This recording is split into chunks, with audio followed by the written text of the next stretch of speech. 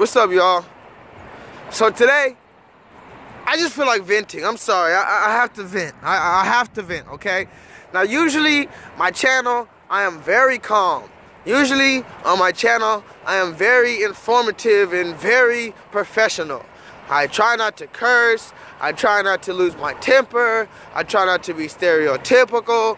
All because I'm aware of the image.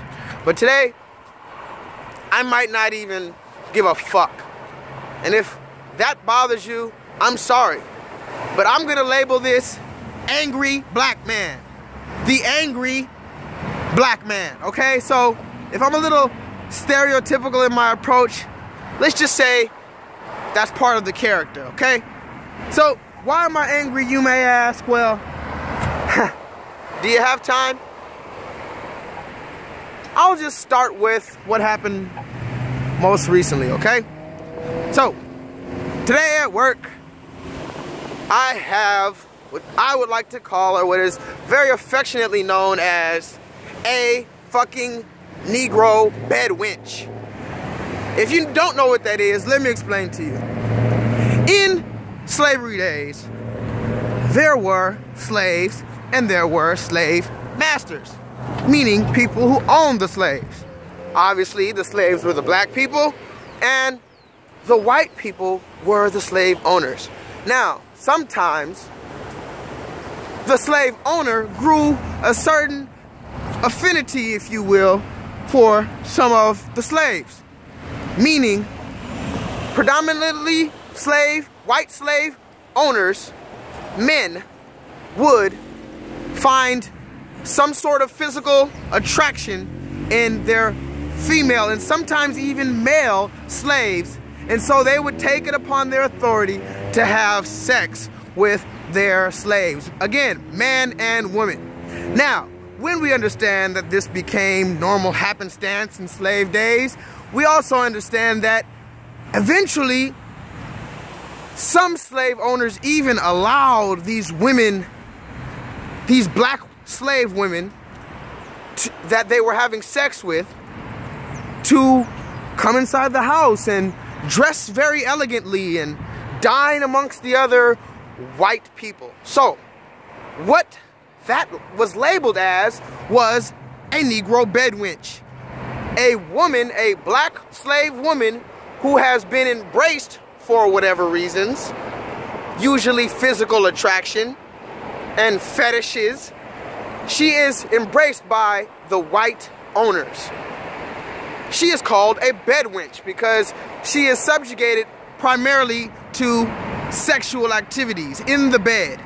So, getting forward to what happened today, there was, yes, a Negro bed winch. That is my manager. And I have to say it because I'm an angry black man today, okay? So, yes, my manager is a fucking Negro bed winch. Why do I say this? Because the moment I came into that fucking job, you know what she did? She looked me up and down. And every single day I'm in there, she's looking me up and down.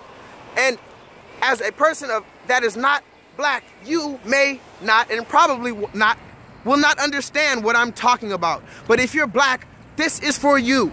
I'm telling you, basically, that I'm angry because as a black man, I'm noticing there's too many, and I'm gonna curse again, too many fucking different little bitty labels and cliques that go against each other within the small 14% of people we have in this population. We're only 14% of this population, and we're fucking going against each other in every little place you can find, from light skin to dark skin, older to younger, men and women, and we have the feminist movement, and come on, it's ridiculous. So now, yes, this manager, she basically does not acknowledge me. She disrespects me on a constant basis. She's constantly looking me up and down, and at this point, I don't even know if she's aware of it. The problem is, as a black person, we have so much anxiety and so much stress and mental anguish from the things that we've been put through constantly in the past and currently, that now when we see another black person, not only do we associate negative things with them, but we're waiting for something negative to happen. This is why when you hear about the story of, oh, two black guys were in the club and one black guy stepped on another black guy's foot and the other black guy pulled out a gun and shot him because he stepped on his foot.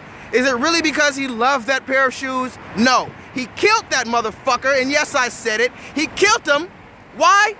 Because he stepped on his shoes and he was already ready to kill that man.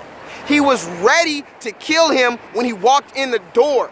Okay? And forgive my language because now I'm finally calming down. Yes, but I did have to get those out. And yes, I wanted you to hear it to know that I am a human. And sometimes I get a little out of my composure sometimes. And this is me venting to you to show you that I go through it just like all of us. I would never try to put myself up on a pedestal like I'm just above it all and I can just evaluate it all from some third person perspective. No, I go through this constantly. That's actually why I started this channel.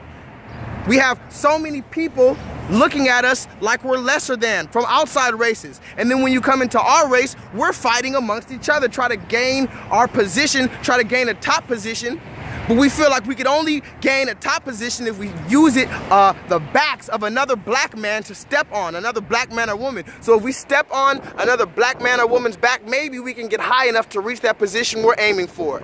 And that's the issue. Because just like in the old Western times when they said this town ain't big enough for the two of us, basically that's the mentality we have. This town ain't big enough for two Negroes. That's why you see the new guy and you gotta feel him out first because you don't know what he's up to. That's why so many people are looking at us like we're already gonna commit a crime regardless if they know us or not.